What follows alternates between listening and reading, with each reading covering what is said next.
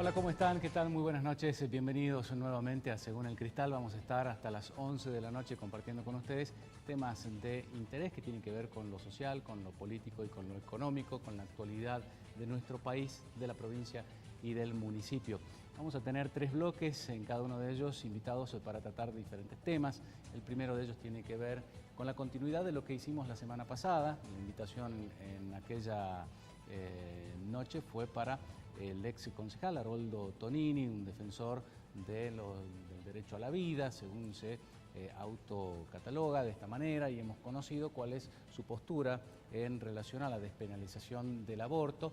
Y vamos a escuchar también en esta oportunidad otra opinión, otra mirada, para poder tener un criterio más formado, sobre todo para aquellas personas que todavía buscan algo de información acerca de qué dice la ciencia, qué dice también el derecho, en relación a este tema que es bastante controversial y que, como rescatábamos en la semana anterior, lo bueno es que se pueda discutir y que para poder discutir hay que tener argumentos y poder formarlos, ¿no? Bueno, vamos a hablar con Malvina Gareca sobre este tema de Mumalá para conocer otra postura, otra mirada en relación a la problemática de la penalización del aborto o la despenalización del aborto, si esto se logra una vez que tome estado parlamentario y que, bueno, nuestros legisladores, nuestros representantes adopten una decisión al respecto.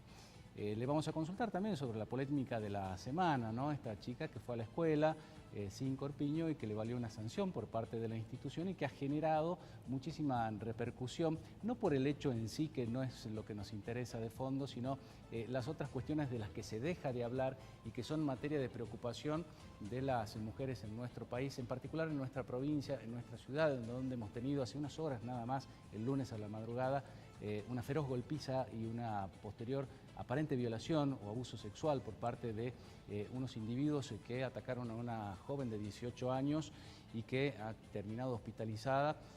Ya hay avances, por suerte, por parte de la investigación judicial, la detención de 2 personas, van a continuar los operativos y los allanamientos para dar con el resto de esta banda que ha atacado de esta manera tan vil, tan salvaje a esta joven. Vamos a hablar también de otra gran preocupación de los argentinos y que tiene que ver con el aumento de las tarifas, porque el jefe de gabinete de Mauricio Macri, Peña, ha dicho que no van a dejar de sucederse aumentos, no de la forma en que se han dado en estos primeros meses del año, pero sí van a haber aumentos por lo menos hasta finales del 2019 en las tarifas, y la inflación, el dólar que siguen incrementándose, mientras que los salarios continúan casi congelados, o por lo menos al nivel en que marcha la inflación, al que marcha la suba de las tarifas, se está quedando muy retrasado y a muchísima gente se le hace muy difícil pagar. Pero además de esto, la inequidad, la injusticia que hay entre los que pagan unos y otros. Y al respecto hemos invitado a Carlos Zapata, quien ha sido diputado provincial y un especialista también en estas cuestiones, para que nos dé su opinión. Y hablaremos también con Claudio Del Pla. Por supuesto, le vamos a plantear el tema de las tarifas y la postura del Partido Obrero, pero además también el acompañamiento que están llevando adelante a diversos trabajadores del Estado Nacional, fundamentalmente, en donde se han producido una serie de despidos, tanto en el INTA como en otros sectores vinculados también al campo, y que tienen muy preocupados a todos los trabajadores de esa área principalmente. Así que acompáñenos hasta las 11 de la noche, vamos a estar en Según el Cristal tratando estos temas que son de interés de todos. Y saludamos a nuestra primera invitada, Malvina Gareca, de Mumalá. Bienvenida, Malvina. Gracias por estar. ¿Qué tal? Buenas noches. Muchas gracias Por la invitación. Bueno, Malvina, decía yo en la introducción un tema que los medios de comunicación de Buenos Aires fundamentalmente le han dado muchísima repercusión con el planteo que llevó esta alumna de un colegio de Buenos Aires, que fue sin su corpiño a la escuela y fue sancionada por la institución. Se ha generado un gran debate y yo decía que de alguna manera saca el foco de atención sobre cosas que son más profundas, ¿no? Más importantes, y que le siguen pasando lamentablemente a nuestras mujeres, como le ha pasado a esta chica Belén hace muy poquito en nuestra ciudad. ¿Cuál es tu opinión respecto de este tema y si coincidís con esto, es decir, pierde fuerza la lucha por cosas que son más importantes quizás? Bueno, yo creo que hay que hacer un análisis profundo de estas cuestiones, ¿no? A mí, de este caso en particular, el que ha sucedido con la niña esta, y el tema del corpiñazo y el tema de que haya ido sin corpiño a la escuela, me resulta, digamos, por lo menos importante hacer algún tipo de reflexión, ¿no? El por qué, ¿no? Se hace hincapié en que no ha ido con esta prenda de vestir, porque si el hecho de decirle o querer sancionarla porque no lleva esa prenda de vestir es porque puede estar provocando a los demás, ¿no? Porque los chicos tal vez pueden querer cometer alguna situación de abuso, de acoso. Bueno, si es por ese lado, digamos, la sanción, ahí es donde creo yo que tenemos que detenernos, porque si no es como que volvemos siempre a esto de en la víctima, ¿no? O en las mujeres poner la responsabilidad de si pasa algo, ¿no? Que vinculado a al caso que hemos tenido tan terrible acá en Salta, la mayoría de las veces en los casos de violación vemos esto, ¿no? De que se dice, bueno, es porque ella estaba vestida de esta manera o porque salió a tal hora, ¿no? Entonces, desde ese punto de vista sí me parece interesante por ahí resaltar eso, más que el hecho en sí, que por ahí los medios, bueno, que por ahí lo toman un poco más sensacional, de manera más sensacionalista, digamos, no deja de ser algo que ha llamado la atención, pero a mí me interesa como dejar algún tipo de reflexión en ese sentido y cómo las instituciones educativas trabajan estas cuestiones, ¿no? O aprovechan por estas situaciones que se dan en las instituciones educativas para disparar debates que sean realmente productivos, ¿no? Y charlar, digamos, estas cuestiones con los estudiantes y las estudiantes, que es muy importante. Los jóvenes siempre tienen algo para decir y creo que desde ese punto de vista podemos aprovecharlo. Está bien que una institución educativa, en este caso, ponga, aunque no esté especificado por escrito, ponga algún tipo de reglamentación en cuanto a la vestimenta, en cuanto a la forma de concurrir por parte de los alumnos. Yo me acuerdo, yo iba a un colegio privado y teníamos que estar de pelo corto, muy corto, sin aritos, por supuesto, afeitados, los que tenían barba ya en el secundario. Es algo cultural. Y era también, algo que ¿no? nosotros lo asumíamos como, bueno, son las normas y hay que cumplirlas, porque si no éramos amonestados, llamados de atención a los padres. Por supuesto han pasado muchos años de eso, ¿no? De todas maneras, digo, también para que funcione una determinada institución tiene que haber reglas. ¿Se avanza sobre los derechos? ¿Cómo lo interpretas a esto? Yo creo que culturalmente ha habido siempre la tendencia, sobre todo en la mujer, no digo en los hombres que no, porque también pasa esto, ¿no? Que con el pelo corto, que aros no, que bueno, determinadas cuestiones. Y con las mujeres ha pasado hace 30 o 50 años atrás, las mujeres era la pollera sí o sí abajo de la rodilla. De hecho, las maestras, las señoritas, ¿no? Pelo recogido, no podían casarse. Y había ciertas normas que particularmente a las mujeres las tenían ahí un poco restringidas en estas cuestiones, con este argumento que yo te digo, ¿no? Con el argumento de no provocar, con el argumento de que no se distraigan los hombres, los compañeros, los alumnos, es decir, ahí es donde yo insisto con revisar estas cuestiones que son culturales, son culturales. Hemos ido avanzando un poco en algunas cuestiones. La pollera tal vez ya no se cuestiona tanto, ¿no es cierto? Sin embargo, lo podemos seguir viendo todavía y vemos que los mismos adolescentes que, por supuesto, vienen con otra impronta y muchas veces hay una cuestión generacional ahí donde intentan cambiar, ¿no es cierto? Hay cambios, se presentan este tipo de situaciones, lo hemos visto también en lugares en donde por no dejar entrar a una alumna con una chomba, todos los compañeros han hecho ahí una causa en común y se han ido sin chombas, por ejemplo, ¿no es cierto? Como cuestionando estas normas, digamos.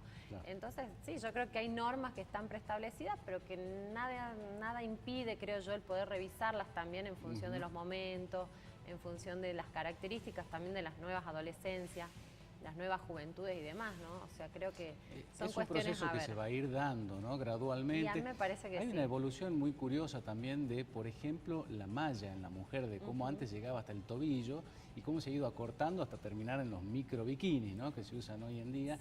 Ha habido una evolución en ese sentido, pero ha tomado tiempo también, ¿no? Totalmente. Son cambios que se los van dando vestuarios son una expresión de la cuestión cultural y hace muchísimos años las mujeres iban vestidas completamente a la playa y ahora, como vos decís, tienen otra vestimenta. Entonces, creo que eso también, las instituciones educativas por ahí están más arraigadas en cuestiones más tradicionales y cuesta, ¿no? Introducir estos cambios. Pero bueno, son tensiones que hay y que, bueno, están en las instituciones que tratan de resguardar ciertas costumbres y, bueno, los adolescentes, los jóvenes que vienen con todo un ímpetu y nuevas ideas y nuevas cuestiones. Y además por la edad en la que están viviendo, una revolución hormonal, en donde son rebeldes también, ¿no? También hay que entender ese contexto. Me llama la atención y me preocupa mucho que los que somos más adultos, nos ocupemos de estas cuestiones y algunos lo vean hasta como algo libidinoso, ¿no?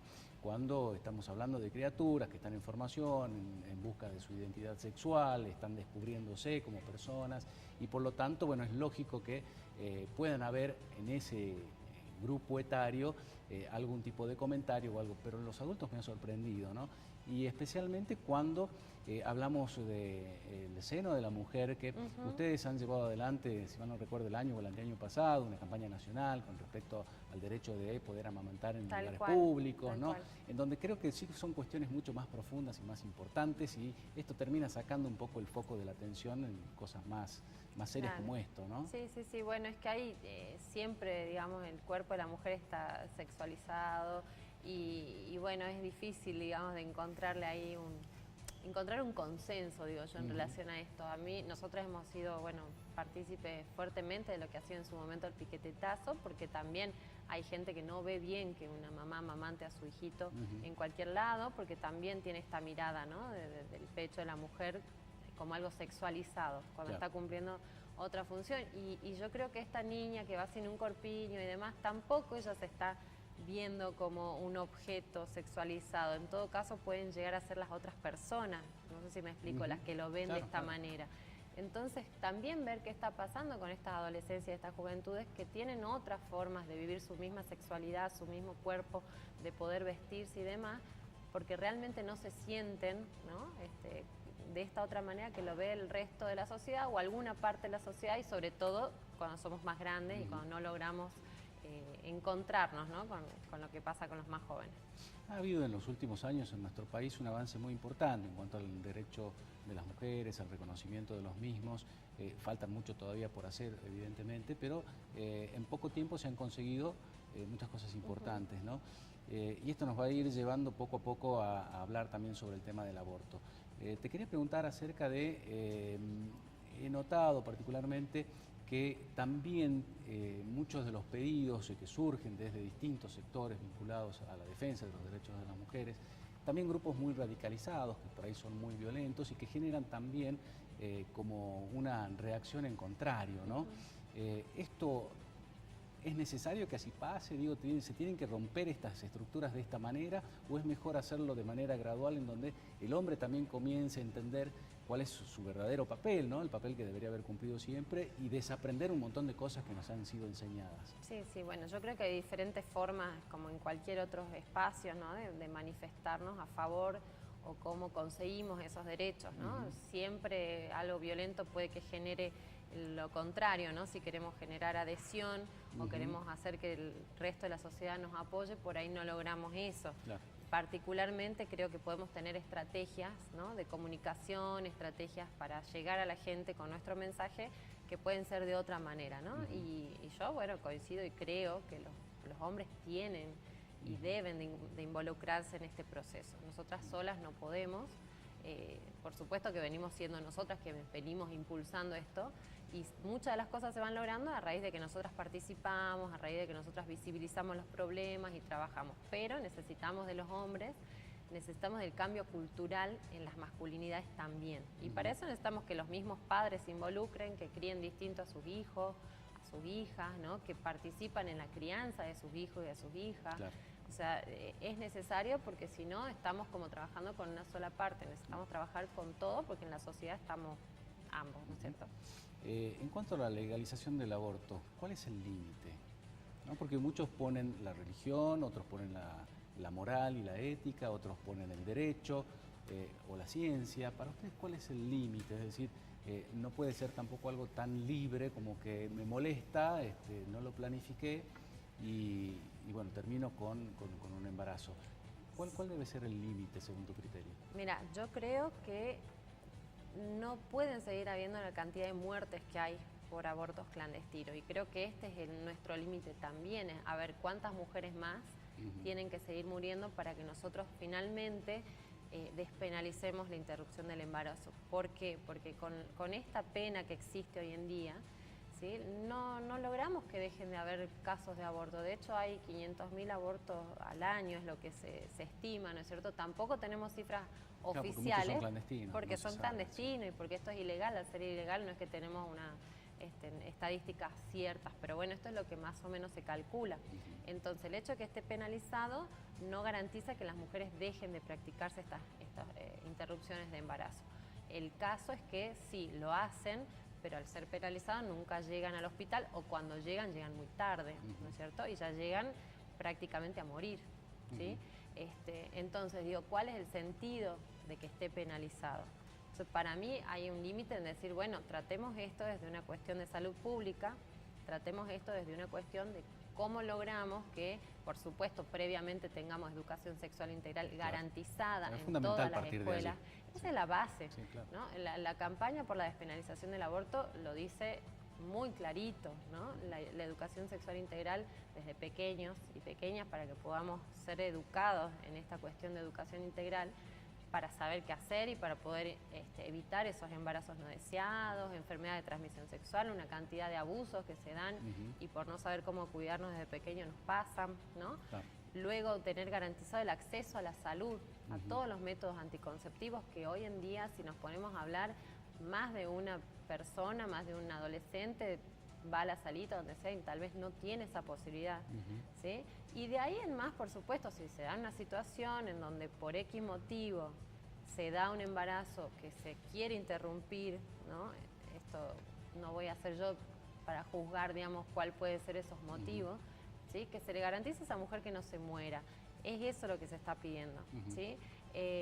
La mayoría de los casos y de muerte por interrupciones de embarazo se dan en las mujeres que no pueden pagar una interrupción, o sea, las que no pueden ir a un médico, no pueden pagar nada y terminan muriendo. Esta es la verdad, porque también hay en ese sentido una doble moral, creo yo, ¿no? Y muchos saben y conocerán casos de mujeres que han podido acceder a estas prácticas con médicos y han vivido, y muchas otras mujeres que por no tener esa posibilidad y no tener luego la asistencia como debería de ser, digamos, en el sistema de salud, mueren. Entonces también este es otro de los puntos que bueno, se intenta visibilizar a partir de todo este debate que se va dando. Y otro punto es que nadie está obligado a hacerlo. O sea, la mujer que no quiere acceder, ¿no es cierto?, al aborto, no lo va a hacer. No lo va a hacer por más que esté despenalizado o legalizado. No, y hay que entender que es una intervención quirúrgica, que como toda intervención quirúrgica también tiene sus riesgos, ¿no? Exactamente. Planteaban los Provida también algo que me parece interesante de poder analizarlo, porque quizás no se ha discutido esto, y es el interés comercial, el interés por parte de las clínicas, de los consorcios médicos, de los laboratorios, por detrás de lo que denominan ellos la industria del aborto. Es significativo, hay que tenerlo en cuenta, es una idea con mucho de paranoia.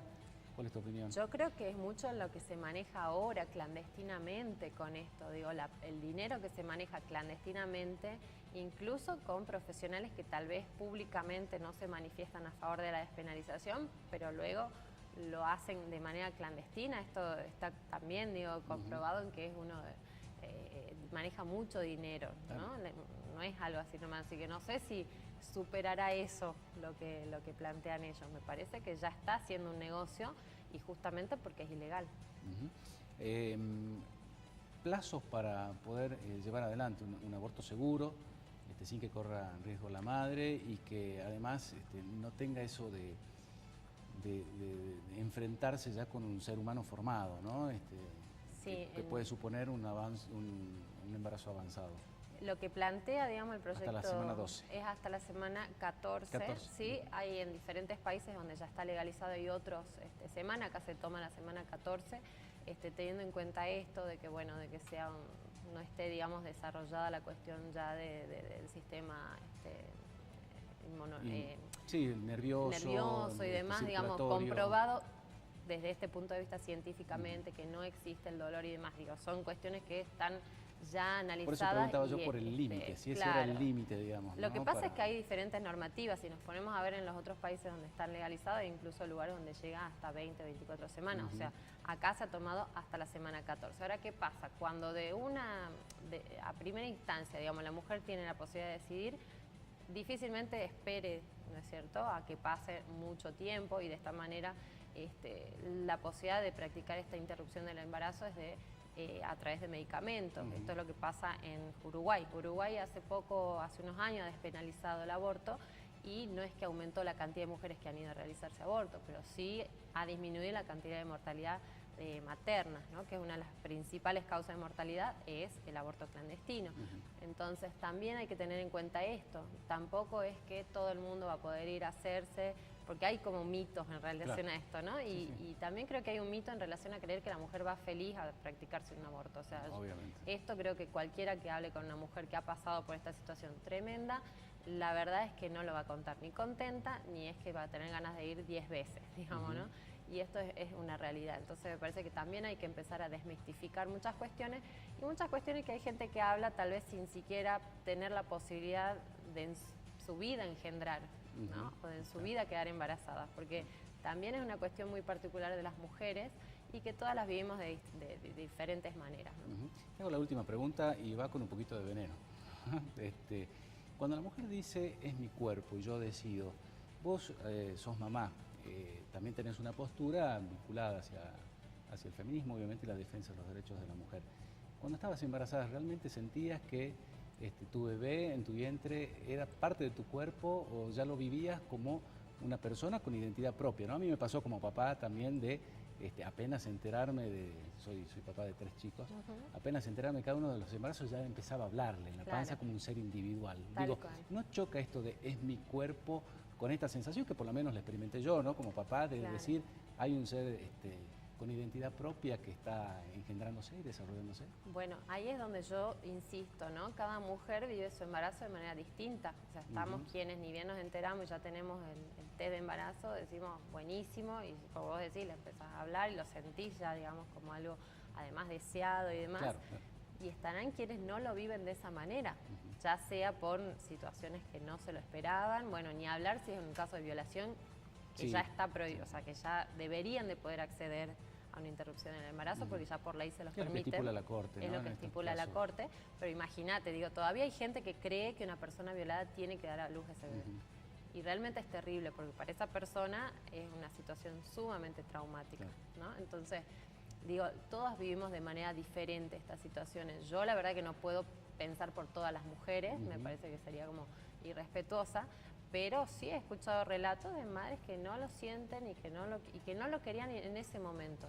Desde ese punto de vista, quien va a tener que estar todo ese tiempo, digamos, llevando a cabo el embarazo es esa mujer. Desde los derechos sexuales y reproductivos está contemplado que pueda ella decidir cuándo tener hijos, cada cuánto, con qué frecuencia. Entonces, basado en esto, basado en normativas internacionales de derechos humanos incluso, donde ya, como insisto, esto es un hecho, se da acá, se da en todo el mundo y no para.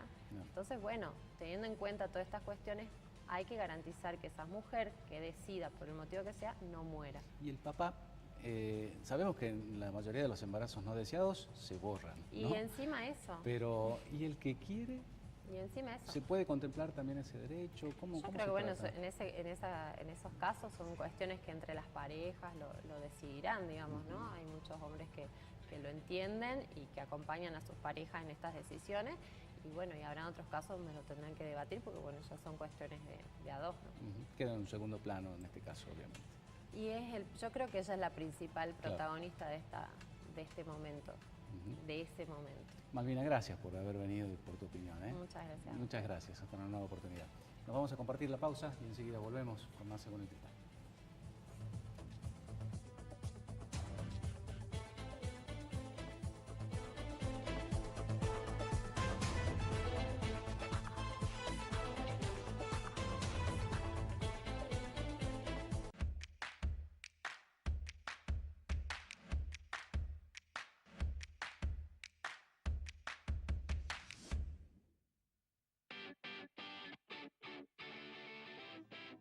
Al Día, el primer informativo de la mañana. Al día con las noticias. Al día con tus reclamos y necesidades. Con la conducción de Valeria Jury y Pablo Rivadavia. Al Día, de lunes a viernes a las 7 por Canal 4.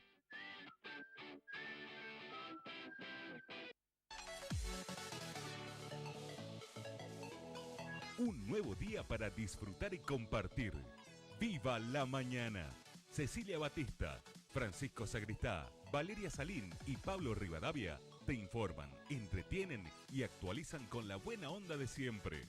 de lunes a viernes de 8 a 10 por Canal 4. De lunes a viernes a las 7, toda la información para comenzar la jornada al día. A las 8, Viva la Mañana, las noticias y actualidad con buena onda. A las 10, Feedback, la más amplia cobertura periodística de la mañana. A las 13, C4 Noticias, la información local resumida en 60 minutos. Por Canal 4.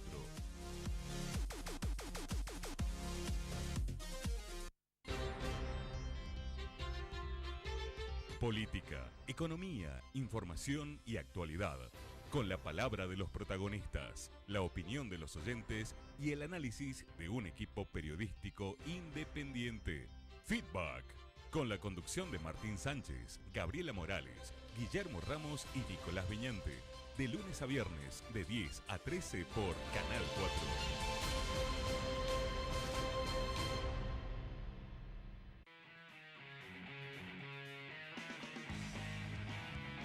Todo lo que pasa en el deporte salteño se comenta desde el vestuario. Sebastián Suárez, Guillermo Toconás te cuentan toda la actividad deportiva de lunes a viernes de 14 a 16 desde el vestuario por Canal 4.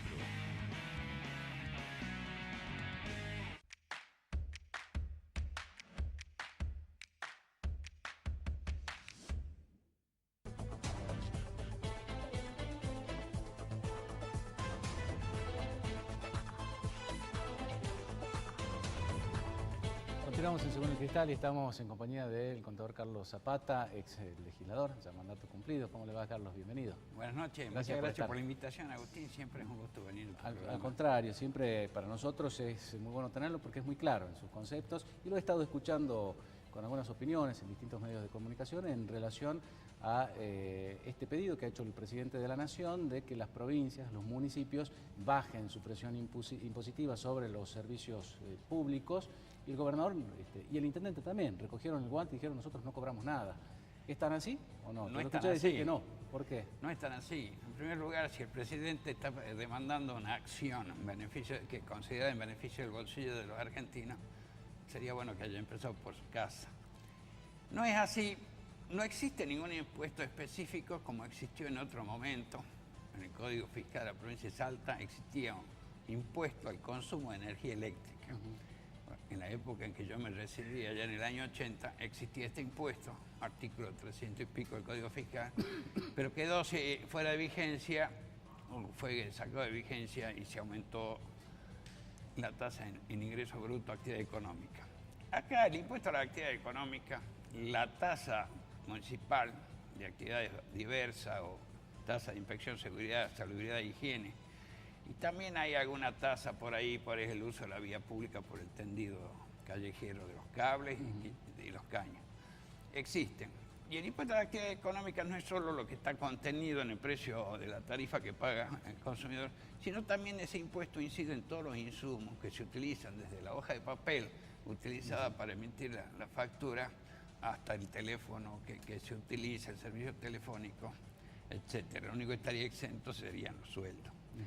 Pero es cierto de que existe carga tributaria que incide en el precio de la tarifa que paga el contribuyente. Pero esto, hay una serie de cuasi tributos que existen en esta provincia y en esta municipalidad. Existe, y lo sabrán ver los televidentes, un renglón en la factura que dice incidencia del uso del alumbrado público. Esto tiene origen en la antigua tasa de alumbrado, barrido y limpieza, que antes que se privatice el servicio eléctrico en la provincia de Salta estaba a cargo de la Dirección Provincial de Energía. Entonces el alumbrado público era pagado por los contribuyentes en proporción a los metros de frente de las propiedades que gozaban del servicio, y la municipalidad a su vez pagaba la parte del consumo correspondiente a la provincia. Pero no la pagaba. Cuando se privatizó, las municipalidades siguieron sin pagar. Entonces se recurrió a esta especie de argucia innovativa en materia legal de crear esta figura del uso del alumbrado público, que a ciencia cierta nadie sabe bien cómo se lo llega a determinar. Es incuantificable. Ni si realmente está medido el quantum del consumo, porque vamos por todos los festivales, cursos en los pueblos y ves que se cuelgan y no hay ningún medidor ahí. Es decir, que se ha creado una figura de cierta especie de tributo que está privatizado. Lo cobra en la empresa prestadora del servicio eléctrico y poco sabemos nosotros, calculo que está siendo controlada por el ente regulador.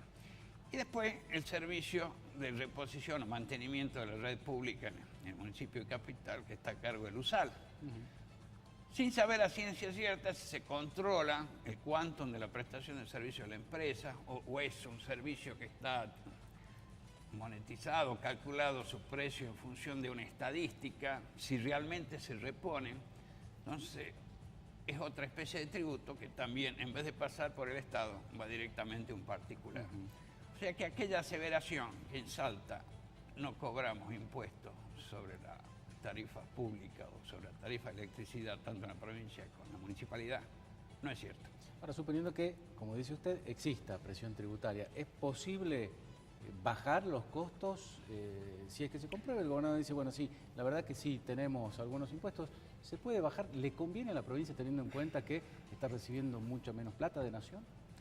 Mire, por supuesto que las arcas provinciales, cualquier merma en la recaudación máxima en la situación difícil que se encuentra, no le va a ser simpática. De poder se puede, y de hecho, se ve que se ha podido en algún caso, porque ante el reclamo que hicieron las empresas concesionarias de automotor, que estaban sujetos a la tasa general de actividad económica, que recordemos pasó del 3,6% al 5% sobre el precio de venta al público neto de impuestos de la unidad 0 kilómetros, pasó a una modalidad de ser un 15% sobre el margen comisional.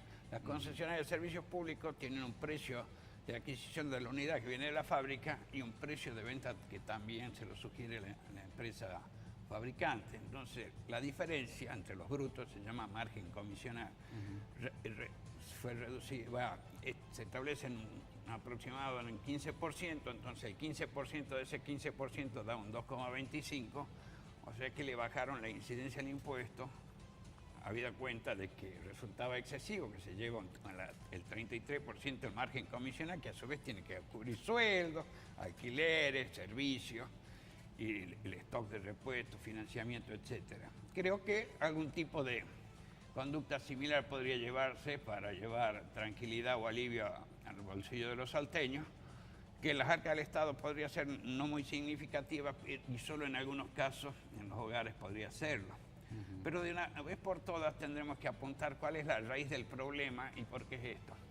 Estuvieron subvencionados los servicios públicos, pero no era que nadie los pagaba, los seguía pagando el ciudadano a través de sus impuestos con el subsidio que se le daba en algunas modalidades a la empresa prestadora y otro focalizado al además mal distribuidos también, ¿no? En muchos casos. Y territorialmente a lo largo del país se han presentado situaciones de tremenda inequidad, sectores postergados, sectores realmente que están en una línea de pobreza muy superior al centro del país, pagamos entre 3 y 4 veces la tarifa que se paga en Buenos Aires, donde evidentemente fue indiscriminado, porque tanto en el centro como en los country y demás estaban alcanzados por ese subsidio. Nivelar y eliminar los subsidios es una tarea que se hace necesaria, pero hay que hacerlo con cuidado para que esa eliminación no tenga un efecto tal que a personas de bajos ingresos, primero, que se le haga impagable, segundo, que lo priven de un derecho que es constitucional, que hace a la calidad de vida de las personas, y tercero, que el Estado haga un buen manejo de esos ahorros. Se han bajado los subsidios a los servicios públicos a nivel nacional. Eso significaría que tendría que haber bajado los impuestos o bien bajado el déficit fiscal. Ninguna de las dos cosas ocurrió. ¿Y por qué? Porque seguramente esa disponibilidad que surge de la rebaja de los subsidios la han aplicado a subsidiar o a otro tipo de gasto. De una vez por todas, creo que cuando se analiza el problema tiene que analizarse en forma global. La Argentina es un país que está dividido en regiones, donde más o menos se participan de similares características en cuanto a la vida económica, niveles de empleo, niveles de pobreza, remuneración media. Y de una vez por todas, el sector político tiene que apuntar no al caso puntual, sino a ver la cosa desde arriba al caso global. Hay un artículo y un inciso que nos despierta mucha esperanza a nosotros, los de las zonas postergadas, que es el artículo 75, inciso 2 de la Constitución Nacional, que habla del régimen de coparticipación, que es la forma en que se han de distribuir los impuestos que recauda el Estado, que apunta a un sistema de desarrollo equitativo, equilibrado, para potenciar aquellas zonas postergadas que alcancen niveles de desarrollo similares a los de la zona central. Pero esto no ocurre, todo lo contrario. Se aumentan los recursos que son de exclusividad de su manejo por la nación, se baja la coparticipación. Cuando nació este régimen coparticipable, se coparticipaba el 75% de la recaudación y hoy se coparticipa el 25%. Claro. El resto lo maneja a criterio y arbitrio del Estado Nacional. El otro día debes haber visto una noticia que decía que a Salta venían 3.000 y pico de millones de pesos para obra pública y que nos colocábamos con la segunda provincia de más inversión, sí, etc. Por debajo de Buenos Aires. Claro. Primero, no nos comamos el verso porque se trata de cifra presupuestada y en este país ya sabemos que en materia de presupuestación y de concreción de los hechos hay mucho trecho, ¿no es cierto?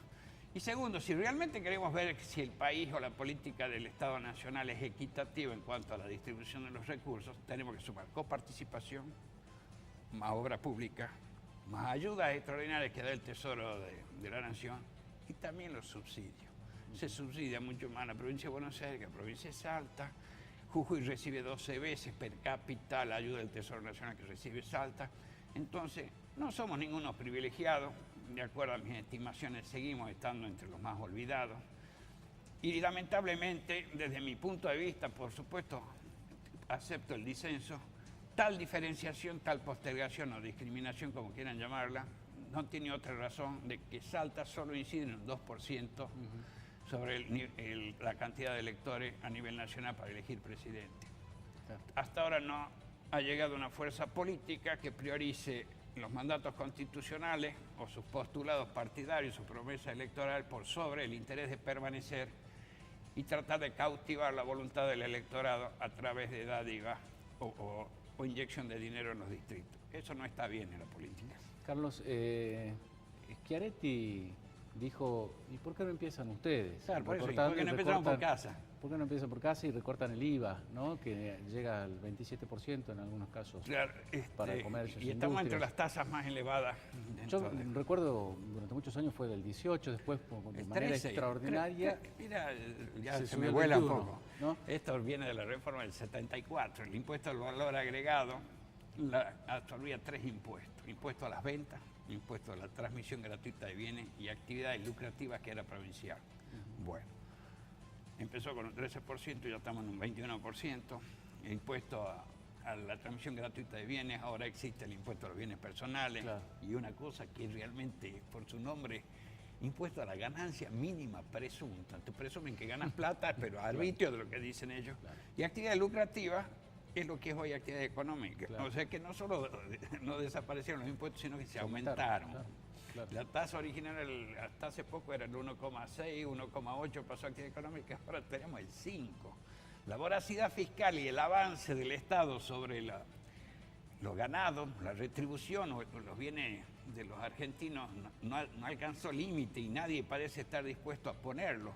Yo creo que más que fijarse en cuánto quitarle al contribuyente, tendría que pensar el Estado cuánto le puedo ahorrar a través de una administración eficiente y eficaz y responsable. Dejar de lado aquella ilusión o aquella ambición propia de seguir estando en el poder o empoderar algo del propio partido, para que la ambición sea hacer un buen trabajo en beneficio de la comunidad y lograr la concordia de todos los argentinos, que nos encaminemos en un camino que pase por la producción, una buena retribución y en definitiva el crecimiento. Ahora, bajar el IVA va a generar una reactivación en el consumo, la capacidad de que la gente esté un poquito más aliviada y pueda pagar por lo menos sus facturas sin tanta incomodidad como ahora. Mira, ¿o no? Bajar el IVA, bajar la alícuota, no se traduce en una menor recaudación del fisco. El fisco tendrá menos capacidad para gastar, puede ser que se achique el mercado porque buena parte del producto está dado por el gasto público. Si recauda menos, va a bajar el gasto público. Si baja el IVA, tiene que darse la condición sine qua non para que beneficie al contribuyente o al ciudadano, que el comerciante no se quede con la rebaja. Claro. Entonces, tienen que intervenir todos los sectores de la sociedad y con un sentido de responsabilidad. Por ahí, el homo económico te lleva a hacer carne del principio hedonista, máximo rendimiento con mínimo esfuerzo, es decir, ante la primera oportunidad que tengo doy el zarpazo antes que lo de otro. La hora no es tan grave como para decir, bueno, sacrifiquemos todo en pos de la existencia de la República Argentina, pero sí la hora reclama cierta responsabilidad, un carácter solidario de todos los sectores, pero principalmente en el sector político, en el Estado. Debemos dejar de pensar en las reelecciones para poder pensar en reactivar la producción. Si no hay producción acá, no vamos a solucionar nada, porque la riqueza surge de la producción. Si no producimos nada, ¿a qué le vamos a cobrar impuesto? Al empleo público, ya vamos a inventar uno. Claro. Te digo que hay un impuesto al consumo del cemento Portland, por ejemplo, para que te dejen una idea de las cosas ya no sabemos que pasan. qué grabar, ¿no? Sí, mira, y ahora, bueno, los bares que cobran con la conexión Sí, para recargar la batería. Es decir, cuando se achica la torta, todos quieren participar más y ven peligrar su parte, provincia, nación, municipio. Creo que el ahorro para el ciudadano pasa por una administración responsable, dejar de gastar en tratar de empoderarse o hacer campañas por el gobernador, por ejemplo, y también priorizar el gasto que apunta a la creación de empleo. Por último, cortito, Carlos, ayer fue una jornada también desde lo económico bastante movida para el país, con el aumento en las tasas en los Estados Unidos, hizo subir el dólar, tuvo que intervenir el central con casi 1.500 millones de dólares de reserva para mantenerlo relativamente por debajo de los 20 pesos con 30, el dólar en el mercado mayorista, terminó creo en 20.26, ¿no? Sí, en la jornada de pero ayer. hoy está cerca de 20,60 por ahí. Y sigue subiendo. Las LEVAX estaban altas justamente para tratar de desalentar la compra de dólares y mantenerlo estable. Digo, qué volátil que está nuestra economía. En cualquier momento, con este cóctel que tenemos de distintos factores, pendemos de un hilo prácticamente. Y eso obedece primero a cierto miedo, temor por parte de la población o el tenedor de moneda argentina de verse perjudicado con la pérdida de valor constante, que es consecuencia del proceso inflacionario, que a su vez lo genera el mismo Estado. Y también el hecho de haber aumentado las tasas de Estados Unidos. No soy un súper especialista, pero entiendo que los diversos países en el mundo han generado una devaluación para compensar el efecto en sus economías. Y Argentina, como siempre, medio contramano, pretendió bajar la incidencia o no devaluar, quizás porque tenga temor de que haya alguna corrida en un clima donde está todo exacerbado por el tema de las tarifas, pero de una vez por todas tenemos que pasar a ser un país racional. El Banco Central, cuando uno entra en el hall, dice, la misión del Banco Central es mantener el valor de la moneda. No lo viene haciendo. Está el vicio. Las entidades creadas con determinada finalidad y que no la cumplen deberían cesar en sus funciones. Me imagino un país sin Banco Central porque existen experiencias exitosas en el mundo, inclusive en la República Argentina, cuando no existía el Banco Central nos iba mucho mejor en el concierto mundial. Es una medida que se debe estudiar, pero de una vez por todas, el Banco Central debe dejar de ser la caja sin fondo que tiene el gobierno para llevar adelante su política populista y demagógica. Yo le contaba hoy a mis hijos una anécdota, ¿no? Cuando estudiaba en Córdoba, cerca del año 2000, un poquito antes, con un peso, con una moneda de un peso, compraba un PBT y una Coca-Cola, ¿no? Una gaseosa. Cuando estaba el 1-1, evidentemente, sí, hoy con un dólar no compramos eso tampoco, ¿no? Y cómo se ha devaluado la moneda, ¿no? 20 veces prácticamente. Sí, no, y es la cuestión. Si todos los precios en la economía hubiesen evolucionado al mismo ritmo, no hay inflación porque vas a ganar proporcionalmente igual al aumento, pero lo que pasa es que se alteran los precios relativos y entonces empieza a tener más ventaja el más rápido en reacomodarse, el más rápido en especular. Y el comercio empieza a cargar de su precio no solo su rentabilidad, sino también la perspectiva inflacionaria que lleva el tiempo en que yo la venda, ¿no es cierto? Lo cargo al costo de estacionamiento o el costo de estoqueo de ese bien, y a su vez también le cargo la expectativa inflacionaria hasta que logro reponer la mercadería vendida. Entonces, cuando se desmadra la inflación, que caemos en la hiperinflación, existe cierta desesperación por desprenderse de la moneda propia. Y lo único que puede darle valor a la moneda propia es que la emisión esté respaldada por un crecimiento genuino de la economía en base a la producción. Claro. Carlos, muchas gracias El agradecido por tu soy yo. presencia. Muy amable, buenas esta es noches. una nueva oportunidad. Gracias. Nos vamos a la pausa, la última. Enseguida estamos con Claudio Del Pla.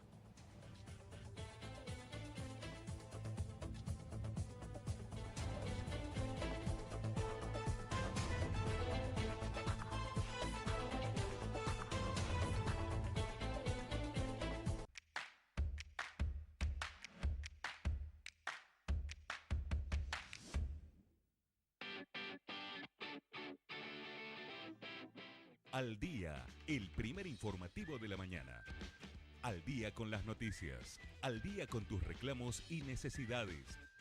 Con la conducción de Valeria Jury y Pablo Rivadavia. Al Día, de lunes a viernes a las 7 por Canal 4.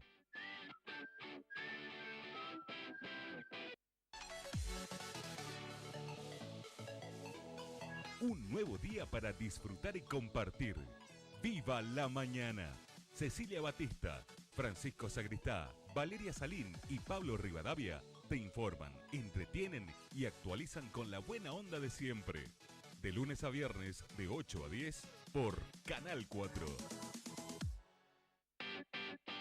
De lunes a viernes, a las 7, toda la información para comenzar la jornada al día. A las 8, Viva la mañana. Las noticias y actualidad con buena onda. A las 10, Feedback, la más amplia cobertura periodística de la mañana. A las 13, C4 Noticias, la información local resumida en 60 minutos. Por Canal 4.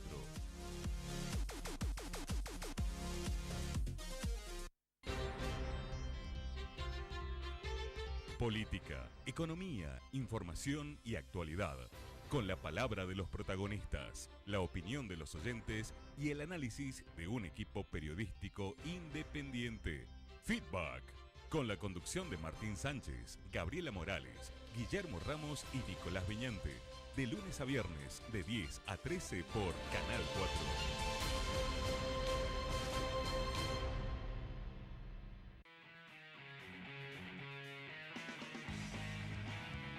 Todo lo que pasa en el deporte salteño se comenta desde el vestuario.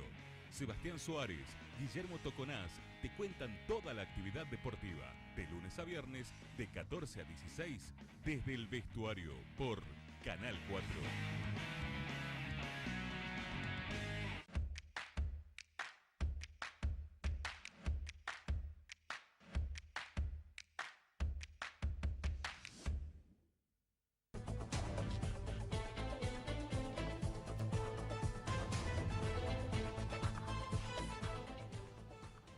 Último bloque de Según el Cristal. Es un gusto recibir en esta nueva oportunidad, en este nuevo ciclo del programa, este año a Claudio Del Pla, del Partido Obrero. Claudio, bienvenido. ¿Qué tal? Gracias Un gusto por estar. siempre estar aquí, sí. Bueno, preocupados por la situación tarifaria, los despidos que se han estado produciendo en el Estado Nacional, ¿no? Fundamentalmente en sus distintas dependencias vinculadas al agro, como el caso del INTA, ¿no? Otros 300 telegramas que también estarían por llegar en distintos sectores, ¿no? ¿Cómo ven ustedes la marcha de la economía y de la política económica de nuestro país en estos momentos tan delicados? Bueno, hay dos planos. El primero, es evidente que las consecuencias son nefastas por el desastre social que están sembrando, ¿no? Si vos tenés el caso que esta provincia de Salta tuvo en lo que va del año un cierre de un ingenio, 730 puestos de trabajo, 180 despidos en el otro. Tenemos ahora despidos en el área del Estado Nacional, Agricultura Familiar, SENASA, y tenemos conflictos laborales importantes. Por ejemplo, hoy estuve con los trabajadores de la empresa Islas Malvinas, que es una empresa que trabaja tercerizada para el Estado, son 250 trabajadores. ¿Para el Estado provincial? Para el Estado provincial, para los distintos ministerios se hacen porteros, guardias. Y bueno, hay una tercerización que es la vía para violar los derechos de los trabajadores, como todas las tercerizaciones. Y bueno, están de paro hace ya 4 días reclamando sus derechos y reclamando que el Estado los tome como trabajadores de planta. Nosotros hemos intervenido con otras tercerizadas que eran las de Ramos, ¿te acordás? Sí, sí. Y que finalmente después de mucha batalla Fueron absorbidas por el fueron Estado, absorbidos sí. porque finalmente el Estado pagaba los salarios. Era una intermediación parasitaria. Acá estamos hablando de lo mismo. Y no se cumplen los derechos laborales y el Estado es corresponsable de que se violenten esos derechos. A los trabajadores de agricultura familiar, algunos tienen 20 años de trabajo y no los echan formalmente, simplemente no les renuevan el contrato. Quiere decir que hace 20 años, con el kirchnerismo, con lo que estaban antes del kirchnerismo, siempre fueron precarios. Y se trata de profesionales, técnicos, antropólogos, asistentes sociales, que hacen una labor importantísima acompañando al pequeño productor a lo largo y ancho del país. Y esa gente es la que están echando porque están desguazando ese organismo. Lo mismo con el INTI, ¿no es cierto? Y con organismos que tienen un papel de asistencia, digamos, sobre los sectores más vulnerables o de aporte de tecnología. Ese es un desguace del Estado, muy, muy serio, y es una reforma laboral que ahora el gobierno ha dicho que va a reavivar y que Sí, en el mes para de el mayo, Mundial, más o menos, cuando estemos sí, distraídos con cuando otras estemos cosas, distraídos. ¿no? Y la reforma laboral es un retroceso civilizatorio, de 100 años para atrás. Entonces, si uno ve ya las consecuencias sociales, te decía, son nefastas. Cae el consumo popular, hay una crisis de los supermercados. ¿Por qué? Porque cayó el consumo. Claro. Indudablemente. Es decir, la gente, los supermercados es la canasta básica, sobre todo que uno compra en un supermercado. Entonces hay una caída del consumo, hay pérdida de puestos de trabajo y hay una agenda del gobierno que agrava estos problemas. El tema tarifa y la inflación, que es el tema del día, de estos días, es una manifestación de una política, es un síntoma, no es un episodio aislado, es un síntoma de que las cosas no van bien. Y, por ejemplo, en materia de tarifas, es la decisión política del gobierno de poner por delante el interés de los dueños de las compañías privatizadas, a los que se les está garantizando una renta completamente extraordinaria. Les ha ido muy bien a ellos y no han invertido ni con el kirchnerismo, que recibían mucha plata también, pero de subsidio estatal, ni están invirtiendo ahora con el macrismo. Es decir, los servicios son malos. Y esta gente, por ejemplo, mirá, para poner el nombre y apellido, un señor que se llama Mindring, Sí. es el dueño de Pampa Energy. Y se ha comprado una cantidad de distribuidoras de energía, una buena parte, incluida productora de energía como la central térmica de Güemes. Ah. Y como parece que le fue muy bien, ahora se compró también la filial argentina de Petrobras. Es decir, 100 estaciones de servicio, destilerías. ¿Con qué plata? Con la plata que sacó de explotar el sistema eléctrico, en donde Macri nos dice el día lunes que las pobres compañías no pueden invertir y entonces tenemos que sacrificarnos, ¿no es cierto?, para pagar tarifas que no se pueden pagar o que una parte importante del pueblo argentino ya no puede pagar, literalmente, porque más del 20% del sueldo en servicios, nada más. ¿Qué te pareció el spot de Macri en Vaca Muerta, que está más muerta que nunca, ¿no? Sí. Justamente, bueno, a raíz de esta discusión parlamentaria fallida. Mirá, que si se ha tenemos dado que en pagar dos tarifas más oportunidades. altas para financiar Vaca Muerta, eso es todo un símbolo. Porque a los que explotan petróleo y gas allí, el Estado argentino, y esta es la base de todo el tarifazo, el Estado argentino les garantiza pagar el triple, 3 veces más de lo que vale el gas en Boca de Pozo, en Estados Unidos, por ejemplo, para que inviertan. Ahora, todas las tarifas y toda esta secuencia de tarifazos están atadas a un valor del gas, que no es solo el gas, sino que a partir del gas se produce el 70% de la energía eléctrica en Argentina. Claro. O sea que si vos arrancás con un gas 3 veces más caro de lo que corresponde, detrás de esto va la luz y el gas, las dos cosas. Y se han dolarizado y se han llevado a un precio que no se paga en ningún lugar del mundo. Sí. Entonces, cuando viene el presidente, o Urtubey, que también suele usar esta frase, es decir, tenemos que ser un país normal, pagar por las cosas lo que vale. Entonces, bueno, cualquier trabajador dice, no, lógico, hay que pagar lo que vale, yo tengo una cultura del trabajo, me crié laburando de chiquito, hay que pagar lo que corresponde, pero es falso. Estamos pagando lo que no vale en ningún lugar del mundo. Por ejemplo, pagamos lo que no vale la nafta, los combustibles. Sí, compararlo con lo que cuesta en Con- Estados Unidos con nada más, cual- y eso que Estados Unidos tiene que hacer guerras para tener Claro, petróleo, ¿no? Y prácticamente nafta. cualquier lugar del mundo tiene combustibles más baratos que la Argentina. Y después nos dicen, no, pero tenemos todo esto porque tenemos que despegar productivamente. ¿Cómo vas a despegar productivamente si la energía es carísima? Claro. Si los combustibles son muy caros? Esto no hay que ser economista para entenderlo. Entonces nos mienten descaradamente. Los tarifazos son para salvar estos privilegios de las compañías y lo mismo pasa a nivel local. Por ejemplo, si el boleto de ómnibus subió más del 100% en 12 meses o en 13 meses, eso lo hizo Urtubey. Y después vemos a Urtubey peleándose con Macri diciendo, a ver, ¿quién baja un impuesto? Porque no puede ser que suban así las tarifas. Nos quieren entretener. Son todos partidarios de defender a como dé lugar los negocios de las compañías privatizadas. Entonces, se está creando una situación muy grave porque además, como resultado de todo esto tenemos esta gran injusticia. Es decir, salvar a unos pocos que cada vez va mejor y mermar a muchos que cada vez nos va peor. Pero salimos con esto. Es un sacrificio que nos ayuda a salir como país, como economía. No da esa impresión, más bien es todo lo contrario. Es decir, hay una gran desorganización económica. Por ejemplo, en 2 días nada más, se van a ir de la Argentina unos 2.000 millones de dólares. Es un presupuesto de la provincia de Salta, recién hacemos grosso modo. Sí. Todo lo que gastamos para mantener un año en esta provincia, pagar todos los sueldos, hacer la obra pública, todo en 2 días. Se van del país. ¿Qué estaban haciendo en el país? Especulando. Claro. ¿Qué pasó? Decidieron que ya no van a especular más acá. ¿No es cierto? Porque, por ejemplo, subió la tasa en Estados Unidos, entonces prefieren colocar su dinero allá. Y entonces se están vaciando las reservas y hay una amenaza de inestabilidad económica cada vez más seria. Urtubey decía, hay que darle estabilidad económica a las empresas para que inviertan y se queden, ¿no? Pero bueno, teniendo en cuenta las reglas económicas que tiene nuestro país, evidentemente no es negocio para nadie, teniendo la posibilidad de poner la plata en otros lados, ¿no? Pero aparte ya le han dado eso. Claro. A lo largo de estos 2 años y pico, hay tarifas que han subido más del 1000%. Y si vos tomás la del gas, por ejemplo, ya tiene los escalones que va a tener hasta el 2019, cómo va a ir subiendo, que creo cada 4 o 6 meses, pero además están atadas al dólar. Claro. Así que como el dólar se ha ido devaluando, cada escalón va a ser un escalón más alto para nosotros que cobramos salarios en pesos.